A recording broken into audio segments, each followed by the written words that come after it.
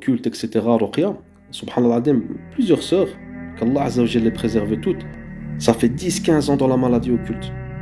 Elle me dit, ça m'a rapproché quelque part d'Allah. Mais la sœur, elle porte toujours pas son hijab, subhanallah. Comment ça se fait? Tu dis que ça t'a rapproché d'Allah, mais tu portes pas ton hijab, qui est une obligation. On parle même pas des actes surrogatoires, faire des qiyamul layl, réciter le Coran, etc. Mais comment ça se fait? Peut-être qu'Allah Azza wa Jalla, il attend que tu le portes pour te donner ta délivrance. Allah, on ne sait pas. Il y a un moment, il faut se réveiller. Wallah, qu'est-ce que tu vas perdre? T'as peur de quoi? Le travail, Rabbi va te donner un travail. Plusieurs témoignages de sœurs, elles portent le hijab, on leur propose un contrat, voiture de société, le salaire qui suit, etc.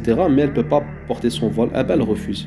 Allah Azza wa Jalla, il lui a donné par après un meilleur travail qui lui convient encore mieux avec voiture de... Et tout, subhanallah, le salaire encore plus. Notre religion, elle ne doit pas passer en second plan, elle passe en premier. On parle d'une obligation. La sœur, elle peut même être provocante dans sa manière de s'habiller. Comment tu peux, subhanallah, ça fait 15 ans que tu es dans la maladie occulte et tu fais ça, pourquoi? Ça veut dire que tu n'as rien compris de l'épreuve. Et c'est pas méchant, hein. Peut-être que ça va déranger certaines, mais c'est pour révéler conscience. Et si c'était quelqu'un qui était dans les chichas ou qui faisait telle ou telle bêtise, Allah aidena, on n'est pas dans le jugement, qu'Allah nous guide tous. Mais elle peut continuer à avoir des relations en mariage et tout. Mais elle se dit, ouais, ça fait 15 ans que je suis dans la ruqya, je comprends pas pourquoi je guéris pas. La ruqya, ce qu'elle demande, c'est faire tout ce qu'il faut faire, mais en même temps, se repentir à Allah Azza wa Jalla.